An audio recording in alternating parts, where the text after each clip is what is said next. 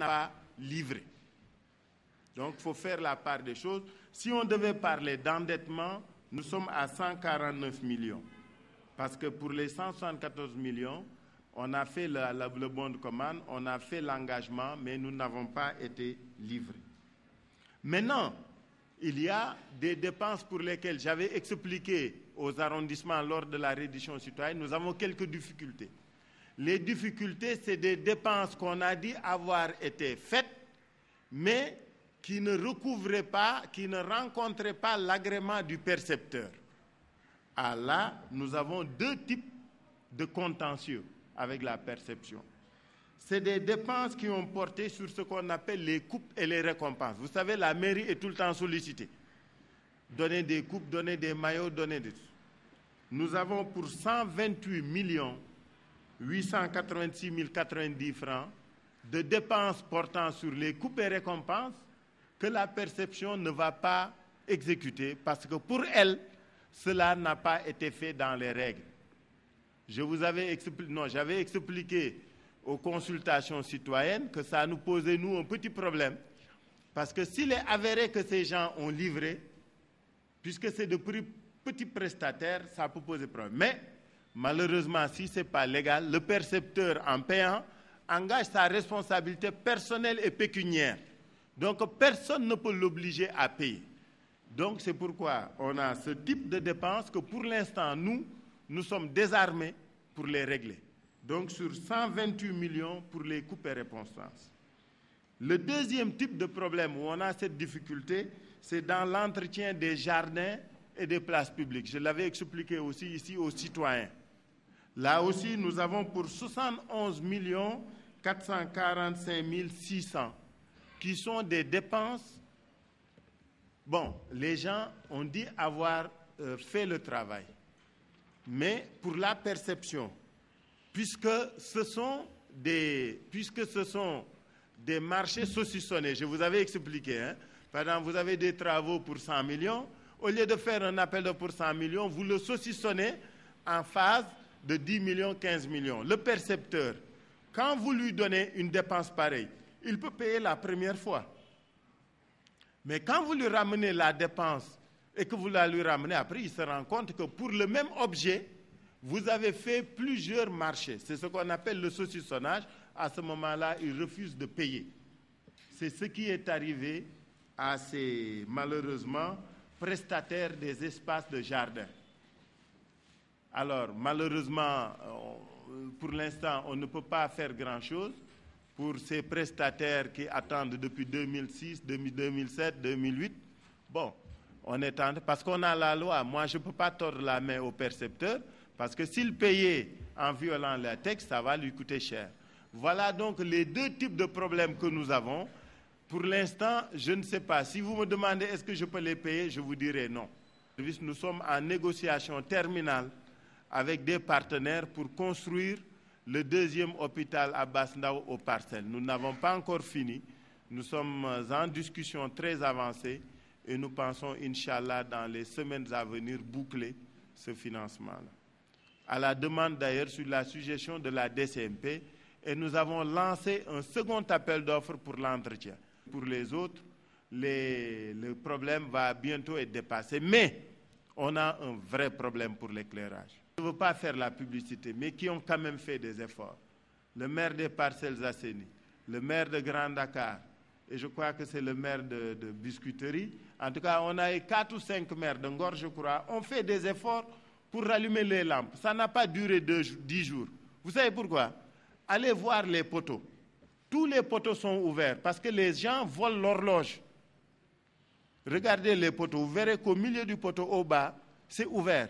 Les populations volent l'horloge. Quand l'horloge est enlevée, la lampe ne fonctionne plus.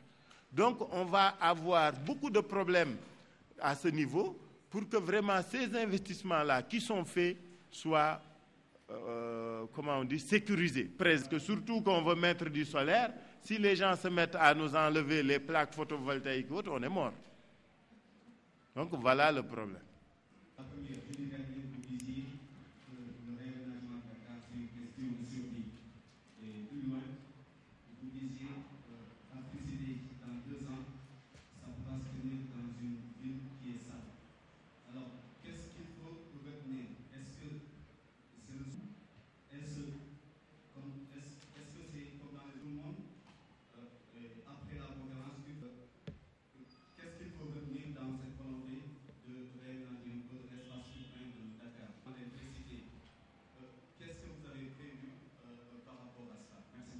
Nous n'avons pas attendu Africité pour le dire. Je crois que dans le projet de ville que nous avons fait, nous avons dit qu'il fallait aller au réaménagement de Dakar. Et depuis 8 mois, je vous ai rappelé que nous sommes dans les marchés, nous sommes dans la rue, avec les délégués, avec les commerçants, avec les ambulants pour discuter de ce réaménagement. Nous avons une équipe d'architectes, d'aménagistes, de paysagistes et d'urbanisme qui sont en train de travailler depuis 8 mois autour du nouveau schéma d'occupation de Dakar qui respecte le plan directeur élaboré par l'État pour Dakar. Nous sommes en train de terminer ce schéma-là. Mais ce schéma ne peut pas coexister avec la ville de Dakar telle que c'est. Donc ça, ce n'est pas Africité. Africité, ce sera la réunion de toutes les villes d'Afrique. Nous souhaiterions que cela puisse se passer dans un cadre comme celui de Marrakech. Tous ceux qui étaient à Marrakech sont inquiets, se disent comment on va faire comme Marrakech. Mais nous sommes capables de faire comme Marrakech, sinon mieux que Marrakech. Mais boba nañu waxante deug nak. Le problème de l'occupation publique, en tout cas moi j'ai dit jeudi, devant les populations, je ne suis pas omnibulé par un deuxième mandat. Nous avons bénéficié de la confiance des populations de Dakar pour faire un travail. Mannak lalde lalulde, je préfère l'altade. Ça signifie que ce que nous avons dit, nous allons le faire. Maintenant, en intelligence, avec l'État et avec tous les partenaires. Ce n'est pas nous seuls qui décidons. Et je suis heureux de vous dire que les ambulants sont les premiers à accompagner le mouvement. D'abord, ils sont d'accord avec le ministère du Commerce. Ensuite, ils sont d'accord avec nous. Et aujourd'hui, je vous ai dit, si nous n'avons pas de problème, nous pensons que d'ici 6 mois, 7 mois, Inch'Allah, les rues vont commencer à être dégagées. Malheureusement, il n'y a plus de terrain à Dakar.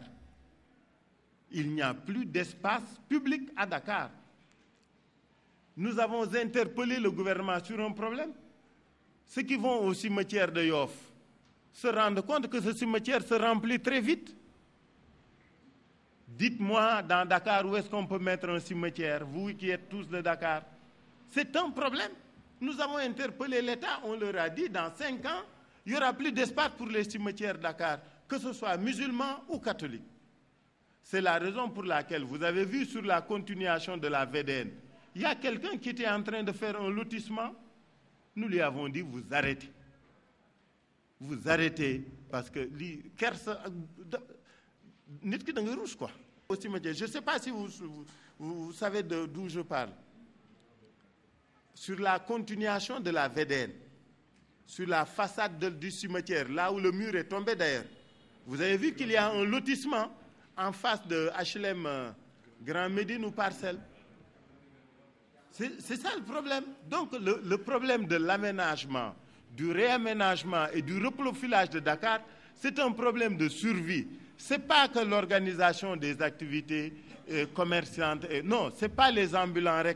C'est réorganiser la vie à Dakar. Qu'on fasse en sorte que dans Dakar, que celui qui vient des Parcelles Assainies ou des Cambérènes n'ait pas besoin de venir jusqu'au centre-ville pour mener ses activités. Parce que ça ne concerne pas que les ambulants. Vous avez vu les garages des mécaniciens? Vous avez vu les garages de menuisiers et de soudeurs?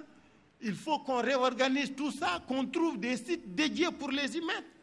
Les gens